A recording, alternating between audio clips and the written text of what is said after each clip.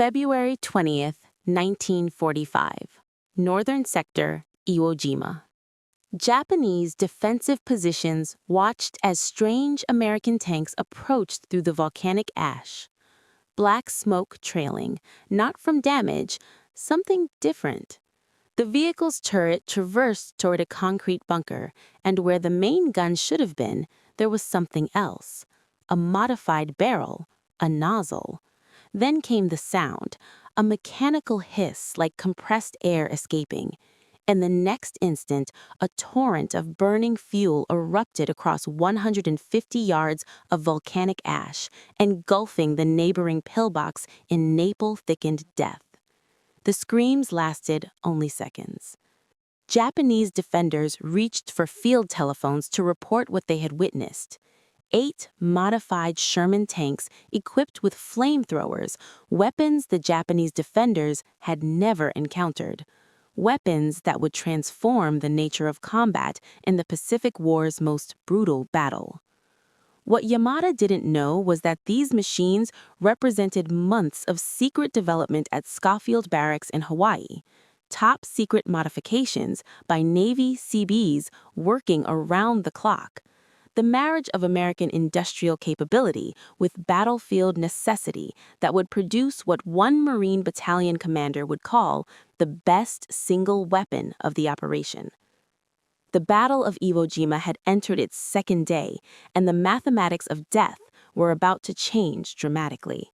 These 8 tanks would account for over 30% of Japanese casualties through incineration, a statistic that would haunt survivors on both sides for decades to come.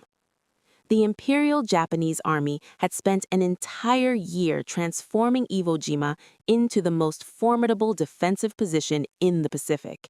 8 square miles of volcanic rock had been converted into a fortress that defied conventional military doctrine.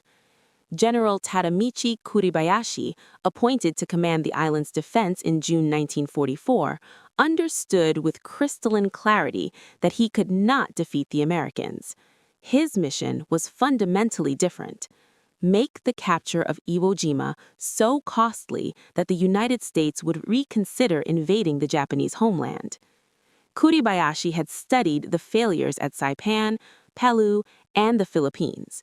Traditional Japanese defensive tactics, meeting the enemy at the water's edge, launching massive banzai charges, had proven catastrophically ineffective against American firepower. The general made a revolutionary decision that broke with centuries of samurai tradition. There would be no glorious charges, no warriors seeking honorable death in open combat. Instead, his 21,000 men would fight from underground, turning Iwo Jima into a subterranean killing field. By February 1945, Japanese engineers had completed 11 miles of interconnected tunnels with plans for 17 miles total. The completed sections reached 7 stories deep into the volcanic rock. 5,000 caves and underground chambers had been carved out, many large enough to hold 300 to 400 men. 1,500 fortified positions dotted the landscape. Concrete bunkers with walls 4 feet thick, reinforced with steel rods salvaged from abandoned construction projects, crowned every strategic height. Each position was carefully sited to provide interlocking fields of fire.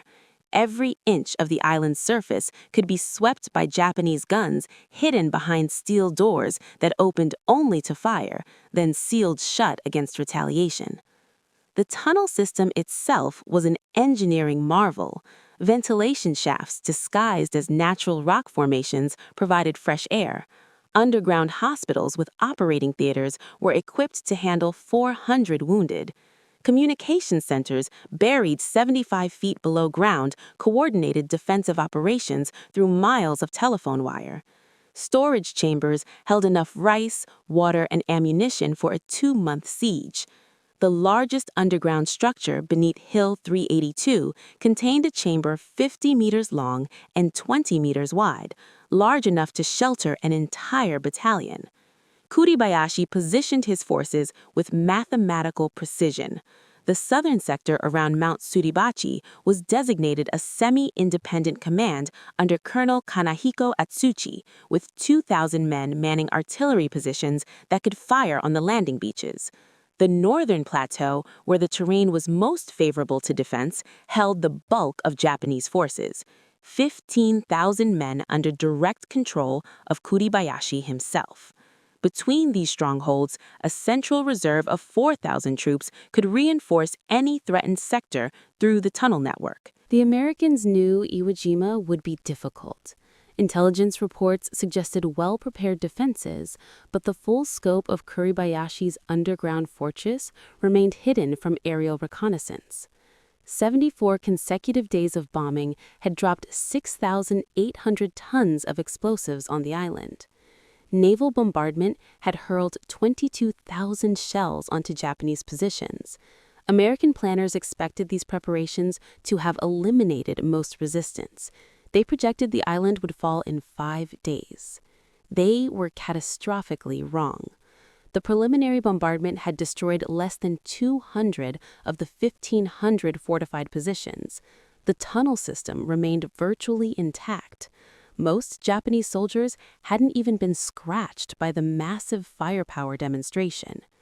At Schofield Barracks, Hawaii, 5 months before the invasion, Colonel George F. Unmock assembled a team that would revolutionize armored warfare in the Pacific. Unmock, a career Army officer with 44 years of military service, commanded the U.S. Army Chemical Warfare Service's most secret project in the Central Pacific area, CENPAC. His mission? Develop a weapon system capable of neutralizing Japanese cave and bunker complexes that had proven immune to conventional weapons. The colonel's initial team was small, just the 43rd Chemical Laboratory Company. But Unmock understood the magnitude of his task required exceptional talent. He requisitioned 25 men from the 117th Naval Construction Battalion, the Seabees, whose mechanical genius and practical engineering skills were legendary throughout the Pacific. He added personnel from the 5th Marine Tank Battalion and the 81st Ordnance Company, creating a unique joint service team united by a single purpose: build a weapon that could burn the Japanese out of their caves. Leading the technical development were machinist mate First Class A. Riker and electrician's mate Second Class Joseph Clay, 2 Seabees whose names would never appear in headlines, but whose innovation would save thousands of American lives. These men brought practical battlefield experience from previous island campaigns. They had seen Marines die trying to assault fortified positions that artillery couldn't destroy. They understood the problem wasn't firepower. It was applying that firepower effectively against an enemy fighting from underground. The challenge was daunting. Previous attempts to mount flamethrowers on tanks had produced mixed results. The Army's initial designs were crude field modifications, essentially portable flamethrowers bolted onto tank holes. The Canadian Ronson system, which the Marines had acquired 30 units of, had a range limited to 60 to 80 yards with thickened fuel. Fuel capacity allowed only 30 to 40 seconds of total fire. The weapons were maintenance nightmares that frequently malfunctioned in combat, with failure rates exceeding 40% in field conditions. The first breakthrough came with the M3 light tank conversions, dubbed Satan tanks. The 43rd Chemical Company's first creation, Hells of Fire, demonstrated the concept's potential, but revealed critical limitations. The turret traverse was limited to 180 degrees. The flame gun's elevation was restricted. Most critically, the light tank's thin armor made it vulnerable to Japanese 47mm anti-tank guns that were standard equipment in defensive positions. Unmock's team needed something better. Through military channels that reached to the highest levels, Unmock reported directly to Admiral Chester Nimitz's staff. They located 8 M4A3 Sherman medium tanks available for conversion. These tanks displaced 35 tons, powered by a 500 horsepower Ford GAA V8 engine with armor ranging from 25mm to 76mm thickness. Standard armament included a 75mm main gun and multiple 30-caliber machine guns. The Shermans had proven their durability in European combat and possessed the armor protection necessary to survive Japanese anti-tank fire. But finding tanks was only the beginning. The real innovation came when Riker and Clay decided to combine the best elements from three existing flamethrower systems: the British Ronson, the Navy Mark I, and captured German designs from North Africa. Working 20-hour days in the Hawaiian heat, sleeping in shifts beside their welding equipment, the Seabees began creating something unprecedented. The resulting weapon, designated CB-H-1, Construction Battalion Hawaii 1, represented a quantum leap in flamethrower technology. Installation required 150 pounds of welding rod and 1,100 electrical connections, each one critical to the weapon's function. The conversion took 1,200 man-hours per tank, with 150 parts specially machined by CB metalworkers. Each conversion cost between $20,000 and $25,000, equivalent to $360,000 in modern currency. The technical specifications were revolutionary. The CB-H-1 operated at 300 pounds per square inch of pressure, triple that of previous designs. Maximum range extended to 150 yards with thickened fuel, nearly 3 times the distance of portable flamethrowers. The fuel mixture, a carefully calibrated blend of diesel fuel, gasoline, and napalm thickener developed by the 43rd Chemical Laboratory, would burn at 1,500 degrees Fahrenheit. The system could maintain continuous fire for up to 80 seconds, though doctrine recommended bursts of 2 to 3 seconds to conserve fuel and maintain accuracy. Most critically, the flamethrower replaced the tank's main gun, allowing full traverse of 270 degrees and elevation from -10 to +35 degrees through the tank's existing fire control systems. The gunner could aim the flame weapon as accurately as a conventional cannon using the same periscope and controls. This integration meant tank crews required minimal additional training to operate the new weapon effectively. But perhaps the most important innovation was psychological. The CBS painted the modified tanks in standard Marine Corps olive drab. No special markings, no indication of their terrible purpose. To Japanese observers, they appeared to be ordinary Sherman tanks until the moment they opened fire. By then, it was too late. The fuel system itself was a marvel of engineering. The main fuel tanks held 290 gallons of thickened fuel, with an additional 10 gallons of unthickened fuel for ignition. A separate pressure tank contained compressed nitrogen, chosen over compressed air because nitrogen wouldn't support combustion if the tank was hit. The entire system was designed with multiple safety features to prevent the catastrophic explosions that had plagued earlier flamethrower vehicles. Inside the command bunker beneath Hill 382, General Kuribayashi had positioned his defenses according to precise mathematical calculations. Kill zones overlapped at specific angles. Artillery spotters hidden in spider holes could direct fire onto any grid coordinate within seconds. Machine gun nests were positioned to create interlocking fields of fire that would channel American forces into pre-registered artillery targets. The general's defensive philosophy was elegantly simple: conserve ammunition, remain underground, make the Americans come to you. His standing orders, issued to every commander, were explicit: do not die until you have killed 10 Americans. No large-scale counterattacks would be permitted. Every soldier was instructed to maintain position until overrun, then fight with grenades, bayonets, and finally, bare hands. Simple mathematics suggested that with 21,000 defenders, they could inflict 210,000 casualties, far more than the entire American invasion force.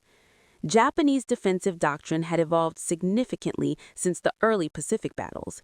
Intelligence reports from Saipan and Palau emphasized the vulnerability of flamethrower operators. The weapon's signature, the black smoke from burning diesel fuel, made operators easy to spot. The weapon's limited range meant operators had to expose themselves to enemy fire.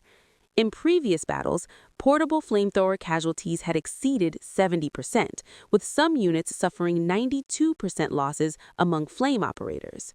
special training emphasized anti-flamethrower tactics. Machine gunners were instructed to concentrate fire on any soldier carrying the distinctive twin tanks of a portable flamethrower. Snipers received extra ammunition specifically for targeting flame operators. Infantry units practiced rushing flamethrower positions with bayonets, exploiting the weapon's minimum range where the operator couldn't depress the nozzle enough to defend himself. But all Japanese planning assumed flamethrowers would be carried by infantry. The concept of armored flamethrowers, tanks that could approach fortified positions under cover of their own armor while delivering accurate incendiary attacks at unprecedented range, had never been considered. Japanese defensive positions, carefully designed to withstand artillery and aerial bombardment, had no special provisions against burning petroleum that could seep through apertures and ventilation shafts. This oversight would prove catastrophic.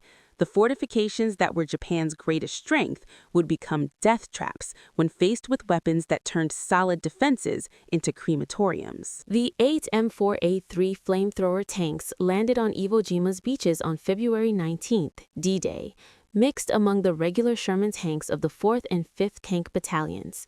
The official Marine Corps designation was M4A3R5, though various documents used different nomenclature, including PO-A-CWS-H1 and CB-MK-1. They came ashore in the fifth wave around 1,000 hours after the beaches had been marginally secured. Navy orders specified they remain in reserve during the initial assault. Marine commanders wanted to assess the tactical situation before committing these valuable and irreplaceable assets. The tanks were distributed carefully, 4 assigned to the 4th Marine Division, 4 to the 5th Marine Division. Each tank had been given a number for identification, 431 through 438. Some crews had painted nicknames on their vehicles, Hellfire, Corkscrew, Blaze of Glory, but most remained unmarked, their terrible purpose hidden until the moment of engagement. For the first 24 hours, the flamethrower tanks sat idle near the beach, while Marines died by the hundreds trying to advance against invisible Japanese positions. The volcanic ash, which rose to the top of a man's calf with each step, made infantry movement exhausting. Conventional tactics were failing catastrophically. Naval gunfire couldn't penetrate bunkers buried under 10 feet of volcanic rock and concrete. Artillery shells exploded harmlessly against positions designed to withstand direct hits from 16-inch naval guns. Marine riflemen found themselves attacking fortifications that might as well have been solid mountains. The first day's casualties were staggering: 2,420 Marines killed or wounded. The beach itself became a killing field as Japanese artillery, previously hidden, opened fire on the concentrated landing forces. Sherman tanks attempting to move inland bogged down in the ash or were destroyed by concealed anti-tank guns. By nightfall, the invasion force had advanced less than 700 yards from the beach, far short of D-Day objectives that called for capturing the first airfield. On the morning of February 20th, D+1, the situation was desperate. The 21st Marine Regiment was pinned down attempting to cross Motoyama Airfield No. 1. 3 concrete pillboxes dominated the approach, their interlocking machine gun fire creating a kill zone 200 yards wide. 2 rifle companies had already been decimated attempting frontal assaults. The regiment had suffered 35% casualties in less than 48 hours. Lieutenant Colonel William Duplantis, commanding the 3rd Battalion, 21st Marines, made the decision that would change the battle's trajectory. He called for the flamethrower tanks. At 14:20 hours, the first M4A3R3 flamethrower tank entered combat. Tank number 431, commanded by Staff Sergeant Robert Meza, a veteran of Saipan and Tinian, approached the Japanese positions from an oblique angle, using destroyed Japanese aircraft as cover. To Japanese observers, it appeared to be another standard Sherman attempting the same failed assault. The tank's approach was cautious. Meza understood that surprise would be their only advantage. Inside the tank, the 5-man crew prepared for action.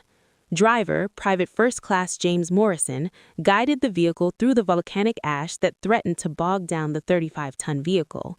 Assistant driver, Private Robert Chen, manned the bow machine gun, watching for Japanese infantry. Loader, Corporal Anthony Detelli, checked the fuel pressure gauges. 300 psi, optimal for maximum range. Gunner, Corporal Thomas Carlson, peered through his periscope, tracking the nearest pillbox. At 125 yards from the nearest pillbox, Meza gave the order. Gunner, flamethrower. Pillbox, fire. The CB-MK1 flamethrower erupted with a sound witnesses described as the devil's own blowtorch. A stream of napalm-thickened fuel oil arced through the air, propelled by compressed nitrogen. The burning liquid struck the pillbox aperture with devastating accuracy, splashing through the machine gun port and flowing inside like lava. The effect was instantaneous and horrifying. Temperatures inside the concrete structure soared past 1,200 degrees Fahrenheit in seconds. The oxygen was consumed so rapidly that Japanese soldiers suffocated before the flames reached them. Those who survived the initial blast attempted to flee through rear exits, only to be cut down by Marine riflemen who would learn to position themselves for exactly this eventuality. Sergeant Meza traversed the turret 30 degrees and engaged the second pillbox. This time, the defenders were ready. A Japanese 47mm anti-tank gun fired point blank, the shell striking the Sherman's frontal armor and ricocheting skyward. The tank shuddered but continued advancing. Carlson triggered another burst, maintaining fire for 15 seconds until black smoke billowed from every aperture of the fortification. The third pillbox required different tactics. Its position behind a rocky outcropping prevented direct engagement. Mazer ordered Morrison to advance within 80 yards, dangerously close to Japanese infantry positions. As the tank crested a small rise, Japanese soldiers emerged from spider holes, rushing forward with satchel charges and magnetic mines. The tank's bow gunner opened fire with his .30 caliber machine gun, but several Japanese soldiers reached the vehicle's blind spot. This was the moment the CB's modifications proved their worth. Unlike standard flamethrower tanks that could only fire forward, the CB-H1's full traverse capability allowed Carlson to swing the turret 180 degrees and fire directly behind the tank. The attacking infantry were consumed by a blazing wall that witnesses said looked like the gates of hell opening. With the third pillbox neutralized, Marines of the 21st Regiment advanced 400 yards in 2 hours, more progress than they had made in the previous 2 days. Word spread rapidly through the Marine communications network. The flamethrower tanks worked. More importantly, they survived where conventional tanks failed. Within 6 hours, all 8 flamethrower tanks were in action across the front. The tactical revolution was immediate and profound. Tank number 434, supporting the 23rd Marines near the East Boat Basin, destroyed 4 fortified positions in a single afternoon. The crew developed a technique called corkscrew and burn, approaching in a spiral pattern to avoid anti-tank fire while maintaining continuous flame suppression. The psychological effect was as devastating as the physical destruction. Japanese soldiers who had been trained to die at their posts began fleeing positions when they saw the flame tanks approaching, abandoning fortifications rather than face incineration. Tank number 437 pioneered breach and clear tactics with the 24th Marines. The flamethrower would first neutralize a position's defenders. Then, Marine engineers would rush forward with demolition charges to permanently destroy the fortification. This combination proved devastatingly effective against positions that had resisted days of conventional assault. In one afternoon, a single flame tank engineer team destroyed 7 bunkers that had stopped an entire battalion's advance. But it was tank number 432 that demonstrated the weapon's true psychological impact. Supporting the 26th Marines near the base of Mount Suribachi, the tank approached a complex of interconnected caves. Commander Sergeant William Patterson ordered his driver to stop 100 yards from the cave entrances. Through the tank's periscope, Patterson could see Japanese soldiers watching from the darkness. Patterson triggered a short burst of flame into the air, a demonstration. The psychological effect was immediate and unprecedented. Japanese soldiers began fleeing from rear exits, abandoning positions they had been ordered to defend to the death. Marine riflemen were so surprised they initially failed to fire on the retreating enemy. In 30 minutes, an entire defensive sector collapsed without the tank firing a shot directly at enemy positions. This represented the first mass abandonment of defensive positions in Japanese military history. By nightfall on February 20th, Marine units were already modifying their tactics around flamethrower tank availability. Attack plans were postponed until flame tanks could be brought forward. Infantry units learned to follow 50 yards behind the tanks, close enough to exploit the shock effect, but far enough to avoid the heat blast that could singe eyebrows at 30 yards. Artillery observers began marking targets specifically for flamethrower engagement rather than conventional bombardment. The numbers from the first day of flame tank combat were striking. 47 fortified positions destroyed, Marine casualties in supported sectors down 40% from the previous day, 600 yards of territory gained in areas that had been static for 48 hours. But the most significant statistic was psychological. For the first time, significant numbers of Japanese soldiers were abandoning positions rather than dying at their posts. The Japanese response was swift, but largely ineffective. General Kuribayashi issued emergency orders that night, designating the flame tanks as priority targets. All available 47mm anti-tank guns were to concentrate fire on these vehicles. Special assault teams were organized, volunteers who would attack with explosive charges strapped to their bodies. Infantry units were instructed to target the flame tank's vision blocks with concentrated rifle fire, hoping to blind the crews. But the fundamental problem remains insurmountable. The flamethrower tanks looked identical to regular Shermans until they fired. Japanese gunners couldn't identify priority targets until it was too late. Worse, focusing on flame tanks meant ignoring conventional tanks that provided covering fire. The Americans had achieved tactical surprise through mechanical innovation. On February 23rd, D+4, the same day Marines raised the flag on Mount Suribachi, the flamethrower tanks faced their greatest test. The 3rd Marine Division was attempting to capture Hill 382, the second highest point on Iwo Jima and the cornerstone of Kuribayashi's northern defenses. The hill was honeycombed with bunkers and tunnels reaching 7 stories underground. Japanese defenders had pre-registered every approach with artillery and mortars. The position had been designed by Japanese engineers to be impregnable. Multiple defensive lines, interlocking fields of fire, underground galleries allowing defenders to reappear behind attackers. Previous assaults had failed with casualties exceeding 50%. The 1st Battalion, 9th Marines, had lost 70% of its strength attempting to take just the approaches to the hill. At 0800 hours, 4 flamethrower tanks advanced in echelon formation, supported by 6 conventional Shermans and a battalion of Marine infantry. This time, the Japanese were ready. Hidden 75mm mountain guns, larger than the standard 47mm anti-tank weapons, had been positioned specifically to engage flame tanks. As the lead flamethrower tank crested the first rise, concentrated fire erupted from 3 concealed positions.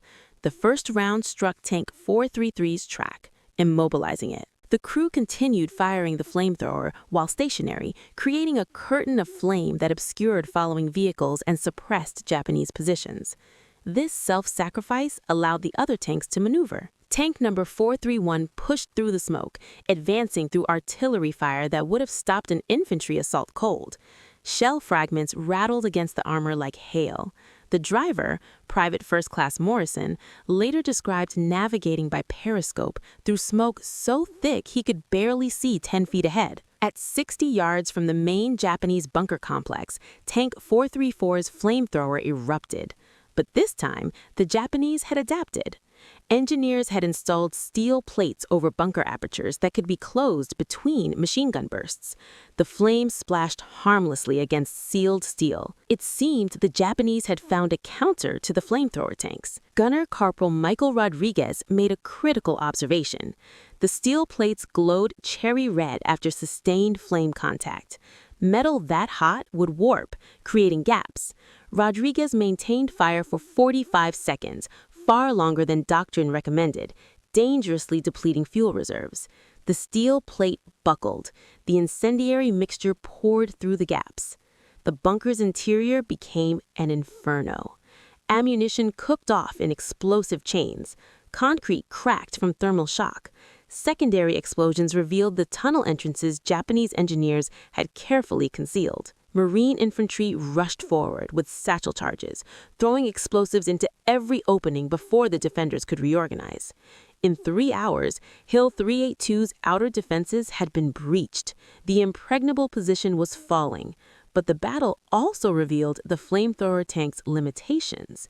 Tank number 431 exhausted its fuel supply after 80 seconds of continuous operation. Refueling required withdrawing to designated areas, where specialized fuel trucks waited, a process that took 2 hours minimum. During that time, Japanese defenders could reinforce and reorganize. The tanks were powerful, but not inexhaustible. Most significantly, on this same day, Corporal Herschel Woody Williams demonstrated that man-portable flamethrowers still had a critical role. When flamethrower tanks couldn't maneuver through a narrow ravine called the amphitheater, Williams advanced on foot with a 70-pound M2-2 flamethrower. In 4 hours of combat, covered only by 4 riflemen, 2 of whom would die protecting him, Williams destroyed 7 pillboxes that were inaccessible to tanks. Williams' technique complemented the flamethrower tanks perfectly. Where tanks couldn't go, brave men with portable flamethrowers could still advance. His actions that day would earn him the Medal of Honor. He would become the last surviving World War II Medal of Honor recipient, passing away in June 2022 at age 98. His citation read in part, "Quick to volunteer his services when our tanks were maneuvering vainly to open a lane for the infantry through the network of reinforced concrete pillboxes, buried mines, and black volcanic sands." Corporal Williams daringly went forward alone to attempt the reduction of devastating machine gun fire from the unyielding positions. The statistics from the first week of combat told a remarkable story. In sectors where flamethrower tanks operated, Marine casualties dropped by 40% compared to unsupported attacks. Japanese positions that had resisted days of conventional assault fell within hours. The 8 tanks had consumed 70,000 gallons of fuel mixture in 7 days, destroying an estimated 300 fortified positions. Daily consumption averaged 10,000 gallons, a logistical challenge that required establishing special fuel depots near the front lines. By early March, the battle had shifted to Iwo Jima's northern plateau, a hellscape of sulfur pits, twisted ravines, and volcanic rock formations that made tank operations nearly impossible. General Kuribayashi had positioned his final defensive line here precisely because the terrain favored defenders. The area had been designated the meat grinder by Marines who faced 850 casualties taking a single hill. Tanks that attempted to navigate the broken ground through tracks on sharp volcanic rocks or bellied out on obstacles invisible beneath the ash. The flamethrower tanks adapted again.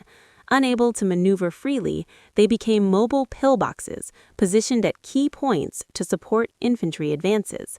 Marine engineers from the 5th Engineer Battalion worked through the night constructing ramps and clearing paths, often under sniper fire, allowing flame tanks to reach positions previously thought inaccessible. When direct assault proved impossible, the tanks fired indirectly, bouncing flame streams off rocks to reach around corners and into defilated positions. On March 8, D+17, tank number 436 achieved what crews called the impossible shot. Supporting the 9th Marines' assault on Cushman's Pocket, a complex of caves and bunkers built into a near-vertical cliff face, The tank commander, Sergeant Daniel Foster, calculated that flame fired at maximum elevation might arc over the cliff edge and fall into Japanese positions from above. The physics were marginal. The CBH-1 flamethrower could elevate to 35 degrees, but reaching the target required a 40-degree angle. Foster ordered his driver to position the tank on a pile of rubble created by naval bombardment, tilting the entire vehicle backward. With the tank precariously balanced and enemy mortar rounds falling around them, Gunner Corporal Anthony Vitelli triggered the flamethrower. The molten napalm arced high into the air, seemed to hang for a moment at its apex, then cascaded down into the Japanese positions. The effect was devastating, not just physically but psychologically. Japanese soldiers had believed their elevated positions were immune to flamethrower attack. That assumption died in the inferno. Witnesses reported Japanese soldiers leaping from the cliffs rather than burn alive, choosing death by falling over death by fire. By mid-March, the flamethrower tanks had evolved into the centerpiece of a combined arms system. Each flame tank operated with a dedicated support team: conventional tanks for suppressing enemy anti-tank guns, infantry for close protection against suicide attackers, engineers for obstacle clearance, and ammunition carriers bringing forward the 300-gallon fuel trailers that extended operational time. This integration represented a revolution in assault tactics that would influence Marine Corps doctrine for decades. The fuel logistics alone required extraordinary effort. Electrician's mate second-class Kissel, one of the original designers, had accompanied the tanks to Iwo Jima to supervise maintenance. He later reported that keeping the 8 tanks operational required a supply chain stretching back to Pearl Harbor. Fuel mixing stations operated 24 hours a day, combining diesel fuel, gasoline, and napalm powder in precise ratios. The mixture had to be used within 72 hours, or it would separate and clog the flame guns. The Japanese response continued evolving as well. Special tank killer teams were formed, volunteers who would attack with explosive charges strapped to their bodies. These human bombs achieved some successes. Tank number 438 was destroyed on March 11th when a Japanese soldier detonated himself against the vehicle's engine compartment, killing 3 of the 5 crew members. But such tactics were ultimately futile. For every flame tank damaged, replacements arrived from the beach, and damaged flame tanks were often repaired and returned to action. General Kuribayashi, observing from his command bunker deep beneath the northern plateau, recognized the strategic implications. In his final report to Imperial Headquarters, transmitted on March 17th, he wrote, "The enemy's special flame tanks have proven more effective than all their artillery and aerial bombardment combined. They achieve in minutes what conventional weapons cannot accomplish in days. We have no effective counter to this weapon. The Americans have not just superior numbers, but superior imagination." The crescendo came during the final week of March as Marines pushed into the gorge, Kuribayashi's last stronghold. This twisted maze of ravines and caves, nicknamed the Bloody Gorge by Marines, represented the ultimate test of American tactical innovation versus Japanese defensive determination. Here, in an area less than 700 yards square, the remaining 3,000 Japanese defenders prepared to make their last stand. On March 21st, D+30, all operational flamethrower tanks, 6 of the original 8 with 2 under repair, concentrated for a coordinated assault. They had been reinforced by 4 additional flame tanks rushed from Hawaii. Though these newer models used the less effective Ronson system with only 60 to 80-yard range, the assault would be the largest concentration of flame weapons in the Pacific War. Tank number 431, repaired after being disabled on Hill 382, led the advance. Its armor bore the scars of combat, welded patches where shell fragments had penetrated, dents from dozens of hits that had failed to penetrate, scorch marks from near misses. Number 433, with the makeshift track repair that gave it a distinctive clanking sound, took the left flank. Numbers 434, 436, and 437 formed the center, while 432 anchored the right. The assault began at 10 o'clock hours, with the tanks advancing in a crescent formation, creating overlapping fields of flame that left no dead space for Japanese defenders to exploit. Marine infantry followed in their wake, throwing white phosphorus grenades into cave entrances to mark targets for the flame tanks. Engineers with demolition charges sealed positions after the flamethrowers had cleared them. The Japanese resistance was fanatical, but increasingly futile. Suicide squads charged from hidden spider holes only to be incinerated before reaching their targets. Anti-tank guns fired point blank, their crews maintaining fire even as flames engulfed their positions. In one extraordinary incident, a Japanese officer emerged from a bunker carrying a samurai sword, charging directly at tank number 434. The tank's bow gunner held fire, perhaps from shock or respect, allowing Marine riflemen to cut down the officer just yards from the vehicle. His sword was later recovered and sent to Marine Corps headquarters as a symbol of the enemy's desperate courage. By sunset on March 21st, the gorge had been penetrated. Over 800 Japanese defenders lay dead, many burned beyond recognition. The flamethrower tanks had consumed 8,000 gallons of fuel mixture in a single day, a record for the campaign.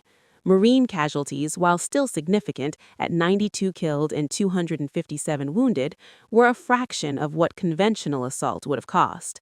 But the price of victory was becoming apparent on both sides.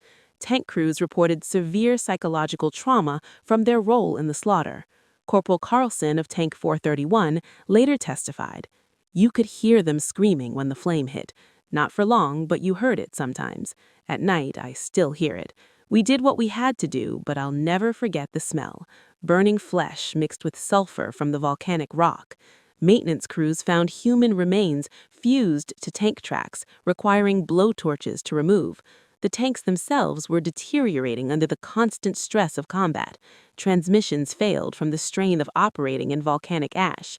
Fuel lines clogged with carbon deposits from the napalm mixture. Track pins sheared from the weight of additional armor, plates welded on for protection. By late March, keeping even 4 tanks operational required cannibalizing parts from damaged vehicles. On March 26, 1945, Iwo Jima was declared secure. The battle had lasted 36 days instead of the projected 5. American casualties totaled 26,038, including 6,821 killed, numbers that shocked the American public and military leadership alike. Japanese losses were nearly total. Of approximately 21,000 defenders, only 216 survived as prisoners. The rest died fighting or in increasing numbers as the battle progressed by suicide rather than face capture or death by flame. The flamethrower tanks had revolutionized the battle's dynamics. Post-action analysis credited them with reducing American casualties by an estimated 5,000 men.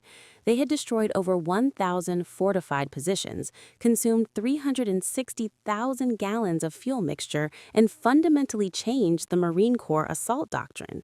But perhaps most significantly, they had broken the myth of Japanese invincibility in defensive positions. Captain Frank Caldwell, commanding Company F, 26th Marines, provided perhaps the most succinct assessment. It was the flame tank, more than any other supporting arm, that won this battle.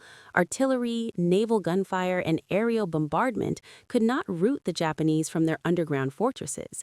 The flamethrower tanks did what nothing else could. Statistical analysis revealed the true impact. Over 30% of Japanese casualties on Iwo Jima were caused by flame weapons, both tank-mounted and portable. In sectors where flame tanks operated, the rate of advance increased by 300% compared to unsupported attacks. Japanese prisoners, a rarity in Pacific battles, numbered 216, more than the combined total from Tarawa, Saipan, and Peleliu. Many specifically cited fear of burning alive as their reason for surrendering. The tactical implications extended far beyond Iwo Jima. The Marine Corps immediately requested 54 additional flamethrower tanks for future operations. Colonel Unn's team at Schofield Barracks went into overdrive production, working with the 888 priority, the same level assigned to the B-29 bomber and Manhattan Project. They developed the improved CBH-2 model with increased range and reliability. By June 1945, 70 new flame tanks were ready for Operation Downfall, the planned invasion of Japan. The Army, observing Marine success at Iwo Jima, accelerated its own flamethrower tank program. The entire 713th Tank Battalion was converted to flame tanks for the Okinawa campaign. During the Battle of Okinawa in April-June 1945, Army flame tanks would consume 200,000 gallons of fuel mixture, proving equally effective against Japanese cave complexes in the southern part of the island. The weapon that had been a last-minute improvisation became standard equipment for Pacific operations. But the strategic implications reached beyond battlefield tactics. Japanese military doctrine, refined over centuries, had failed catastrophically against American technological innovation. The flamethrower tanks represented something more than a new weapon. They embodied the transformation of warfare from individual courage to industrial capability. The production statistics tell their own story. Colonel Un's flame tank group ultimately produced 354 flame tanks by war's end. The Seabees at Chayfield Barracks manufactured 226,343 gallons of flamethrower fuel. The napalm mixing plant they constructed could produce 1,000 gallons per day. This industrial capability, replicated across the Pacific, meant American forces could literally burn their way through Japanese defenses. The Seabees, who had created these weapons, received little public recognition. Machinist-made Riker and electricians-made Kissel returned to civilian life after the war, their names forgotten except in obscure technical reports. Colonel continued developing chemical weapons until retirement, his contribution to victory known only to a few military historians. Yet their innovation had saved thousands of American lives and shortened one of the Pacific War's bloodiest battles. The tank crews faced different challenges. Many struggled with what would later be recognized as post-traumatic stress disorder. The memory of human beings turned to ash, of screams cut short by consuming flame, haunted men who had done what duty demanded. Sergeant Mazer never spoke of his service until shortly before his death in 1993, telling his grandson, "We did what we had to do. Nobody should be proud of burning men alive, but those tanks saved a lot of Marine lives. That's what I try to remember." Veterans of the flame tanks formed their own informal support network after the war. They met annually in Hawaii, returning to Schofield Barracks where their weapons had been created. These reunions, unreported by media, allowed men to share experiences too terrible for civilian understanding. The last reunion was held in 2010, attended by only 4 surviving crew members. The Japanese perspective emerged slowly through prisoner interrogations and captured documents. Soldiers who had been taught that death in battle guaranteed spiritual transcendence found themselves paralyzed by the fear of incineration.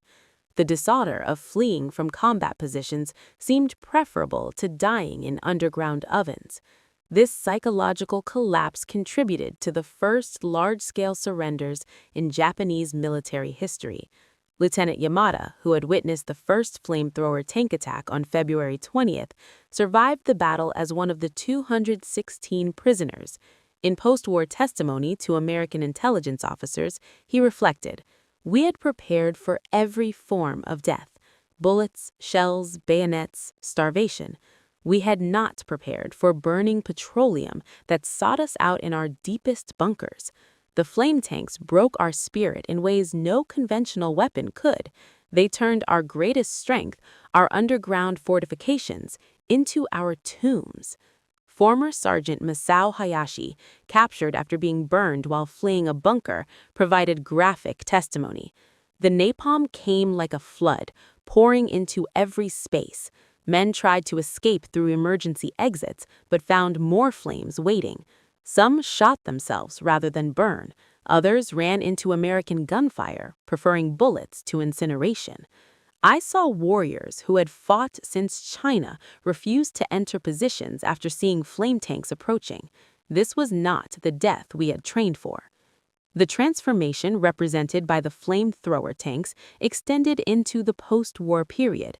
The United States Marine Corps, analyzing the success at Iwo Jima, fundamentally restructured its assault doctrine around combined arms tactics, integrating armor, infantry, and engineers. The concept of specialized armor for specific battlefield problems became standard military thinking. Future weapons development would prioritize adaptability and innovation over pure firepower. The technology itself continued evolving. The M4A3R3 Sherman flamethrower tanks served in Korea, where they proved equally effective against Chinese bunker complexes during the battles for the Punch Bowl and Heartbreak Ridge. Marine flame tanks destroyed over 300 Chinese positions during the Korean War, though with less dramatic effect due to better Chinese awareness of the weapon's capabilities. The last American flame tank, the M132 armored flamethrower based on the M113 armored personnel carrier, wasn't retired until 1978, ending a weapons lineage that began with 8 hastily modified Shermans in a secret warehouse in Hawaii. By then, thermobaric weapons and precision-guided munitions had replaced flamethrowers as the primary means of defeating fortified positions. International law eventually restricted flamethrower use, with Protocol 3 of the Convention on Certain Conventional Weapons limiting incendiary weapons. The weapon that had been decisive at Iwo Jima became controversial as public opinion shifted against weapons deemed excessively cruel. Yet, military historians note the irony. The flamethrower tanks, for all their horror, had shortened the battle and potentially saved thousands of lives that conventional assault would have claimed. The industrial achievement cannot be understated. The United States produced 49,234 Sherman tanks during World War II. Only 354 were converted to flamethrower configuration. Yet these few hundred vehicles had impact far exceeding their numbers. At Iwo Jima, 8 tanks had changed the course of a battle that might have lasted months and cost tens of thousands more casualties. The production cost, roughly $200,000 per converted tank in 1945, seems trivial compared to the lives saved. Military analysts calculated that each flame tank at Iwo Jima potentially preserved 625 American casualties based on casualty rates in unsupported versus flame-supported attacks.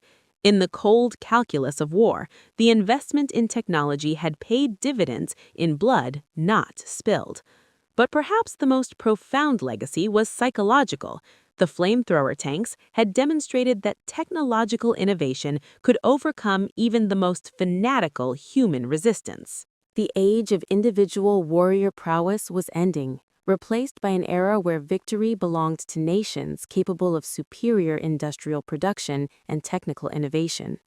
The samurai spirit, for all its nobility, could not withstand liquid fire delivered by mass-produced machines. In the volcanic soil of Iwo Jima, beneath monuments to courage and sacrifice, lie the remains of over 20,000 Japanese soldiers who died defending positions they believed impregnable. Many were incinerated by weapons they never imagined could exist. Their deaths marked not just the end of a battle, but the end of an era when spiritual dedication could overcome material disadvantage. The 8 M4A3R3 flamethrower tanks that fought at Iwo Jima were ultimately machines, steel, aluminum, rubber, and mechanical components assembled by workers who would never see combat. Yet, they represented something larger, the mobilization of American industrial might, scientific innovation, and mechanical genius in service of victory. The Seabees who built them, the Marines who crewed them, and the Japanese who died facing them were all part of a transformation that would define modern warfare. Today, the last surviving flamethrower tank from Iwo Jima sits in the National Museum of the Marine Corps in Quantico, Virginia. Tank number 434, the museum specimen, bears the scars of its service: welding marks where armor was patched, dents from shell impacts, scratches from volcanic rock.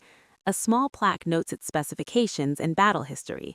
What it cannot convey is the sound of compressed nitrogen releasing, the smell of burning napalm mixed with sulfur, the sight of liquid fire flowing like water into underground fortresses. Visitors often pass quickly, disturbed by the weapon's terrible purpose. Schoolchildren on field trips ask why anyone would create such a horrible weapon. Veterans who understand its history pause longer, some saluting, others simply staring in silent remembrance. For them, the tank represents not glorification of war, but recognition of war's terrible necessities. The last reunion of Iwo Jima flame tank veterans was held in 2015 on the battle's 70th anniversary. Only 3 crew members attended, all in their 90s. They gathered at the museum, sharing memories with historians eager to preserve first-hand accounts. Corporal Anthony Vitelli, former gunner on Tank 436, offered perhaps the most poignant observation. "People ask if I'm proud of what we did. Pride isn't the right word. We did a terrible job that had to be done. Those tanks saved Marine lives. That's enough." The men who designed, built, and operated these machines have almost all passed into history. Corporal Herschel Woody Williams, who fought alongside the flame tanks with his portable flamethrower, was the last Medal of Honor recipient from Iwo Jima to die, passing in June 2022 at age 98. With him went the last living memory of flame warfare's terrible reality. His foundation continues to honor Gold Star families, ensuring the sacrifice of those who died is not forgotten. Colonel Unmar's classified reports, declassified in the 1970s, reveal the frantic pace of innovation that produced the flame tanks. Working 20-hour days, sleeping in shifts beside their welding equipment, the Seabees had accomplished what conventional military procurement would have taken years to achieve.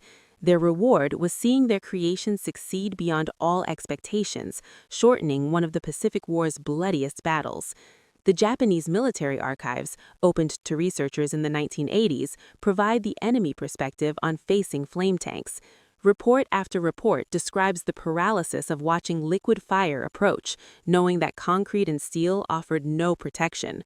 Orders to hold positions to the death became meaningless when death came as flowing fire that sought out every hiding place. One Japanese report noted, "The flame tanks negated every advantage of our defensive positions. Height meant nothing when fire could arc over obstacles. Depth meant nothing when flame flowed like water into our tunnels. Concrete and steel that could withstand tons of explosive were useless against liquid fire." General Kuribayashi's final message, transmitted just before his death in late March 1945, contained a prescient observation. "The Americans have not just defeated us with superior numbers or firepower, they have defeated us with superior imagination, turning our greatest strength, our underground fortifications, into death traps. Future wars will belong to nations that can imagine new forms of warfare, not those who perfect old ones." His prediction proved accurate. The revolution in military affairs that began with 8 flame tanks at Iwo Jima continued through guided missiles, precision weapons, and cyber warfare. The principle remained constant. Technological innovation defeats traditional tactics. Imagination triumphs over convention. The transformation from conventional to flame warfare at Iwo Jima took just days, but changed combat doctrine forever. Marines who had been trained for traditional assault tactics learned to coordinate with flame tanks using their shock effect to break defensive lines thought impregnable. This integration happened not through formal training, but through battlefield innovation, adaptation under fire that exemplified American military flexibility. Statistical analysis conducted after the war revealed striking patterns in sectors where flame tanks operated. Japanese defenders were 70% more likely to abandon positions before being overrun. The psychological impact exceeded the physical destruction. The mere presence of flame tanks in a sector often caused defensive collapse without firing a shot. One Marine intelligence report noted the enemy's fear of flame tanks borders on panic. Prisoners report that soldiers refuse orders to occupy positions once flame tanks are spotted in the area. The 8 flamethrower tanks of Iwo Jima had achieved something remarkable. In 36 days of combat, they had validated a new form of warfare, saved thousands of American lives, and contributed to victory in one of World War II's most crucial battles. Their legacy lived on in every subsequent conflict where American forces faced entrenched enemies, from Korea to Vietnam to Iraq. Yet the moral questions remain unresolved.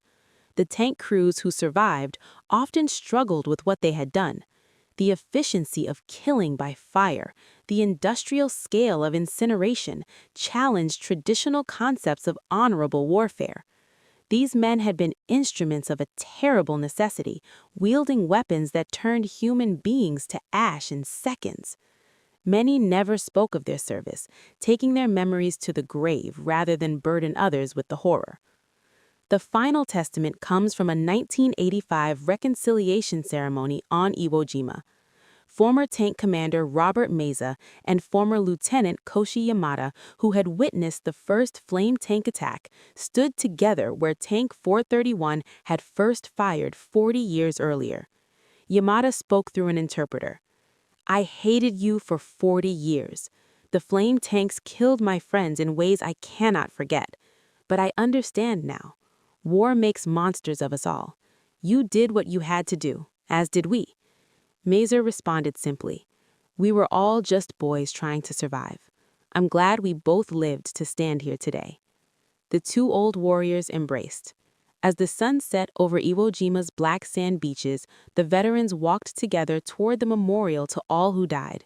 Behind them, Mount Surabak rose against the darkening sky. The island that had once burned with combat fury had returned to peace. The age of the flamethrower tank had begun and ended in the Pacific, its legacy written in fire across volcanic islands. 8 modified Shermans had changed the nature of warfare, demonstrating that victory in modern conflict belonged to nations capable of wedding industrial might to battlefield innovation. The flames had long since died, but their impact on military history burned eternal. In the end, the Battle of Iwo Jima was won not by courage alone, though courage there was in abundance on both sides, but by the marriage of American industrial capability and battlefield innovation. The flamethrower tanks represented the convergence of technology, tactics, and determination that would define American military supremacy for generations to come. They were weapons of their time, necessary evils in a war that demanded total victory.